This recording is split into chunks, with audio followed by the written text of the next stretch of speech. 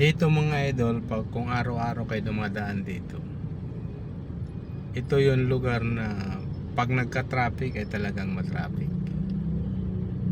Diyan sa padiretso na yan papunta ng Taguig yan. At dito naman sa pakaliwa, palabas yan papunta ng Ninoy Aquino International Airport. At dito sa kanan, papasok yan ng isang exclusive subdivision. At dito naman sa likod ko ay papunta ng Las Piñas, Sucat. Yan. Ganyan katindihan traffic. Hanggang ano yan mga idol? Hanggang Erod yan. E. Rodriguez. Dito sa Moonwalk, Parañaque. Hindi E. Rodriguez na Quezon City. Dito sa Moonwalk, Parañaque yan na Erod. Ayan. Ngayon, naghatid kasi ako ng isang estudyante dito sa LRT lang eh. Mabilis kami nakarating, pero itong pabalik ko, ayan ang traffic. Yun lang naman yung padiretso, kasi pagdating doon sa may pagkanan at padiretso ng Erod, doon nagkakaroon ng matinding di pagkakaintindihan. May traffic enforcer naman doon eh. Kaya lang hindi ko maintindihan bakit bakit humahaba yung traffic na ganyang kahaba. Samantalang may traffic enforcer naman. Kumbaga ba ay kung stoplight yan, pwede, pero tao eh. Pwede naman batakin yan, di ba? Pwede yan igo ng mahaba-haba eh. Kaysa sa ganyan, ang tagal.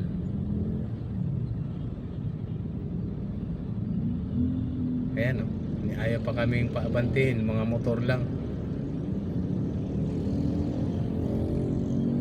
Ganun na rin karami talaga ang motor dito sa atin sa Pilipinas. Ay naku, buhay nga naman. Kung minsan ay matatawa ka na lang. Dahil sabi nga doon sa kanta ng nasirang Freddy Aguilar eh, tawanan mo ang iyong problema. Ayan. Shout out sa lahat ng natatraffic dito sa C5 Link. May ano kasi dito eh, may construction pa eh. Hindi ko nga malaman kung kailan bubuksan yan. Yun yung isa sa nagpapatraffic dyan eh, kasi yung service road halos salubong lang ang sasakyan. Pag may truck kang kasalubong medyo hirap eh. May mga traffic enforcer ayan o, dalawa. Ayan. Hi traffic. Walang pagbabago. Ganyan ang sitwasyon dito pag umaga.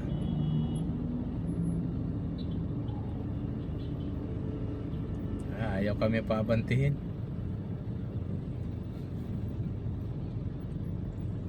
Yung mga nag-opisina sigurado late na yan.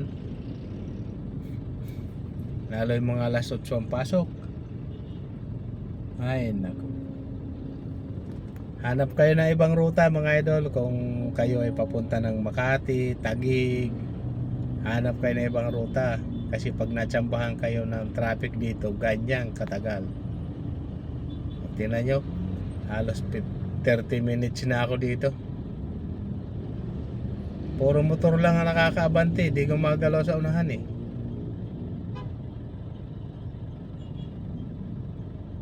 Wala. Di malaman ko anong meron doon sa crossing na yun.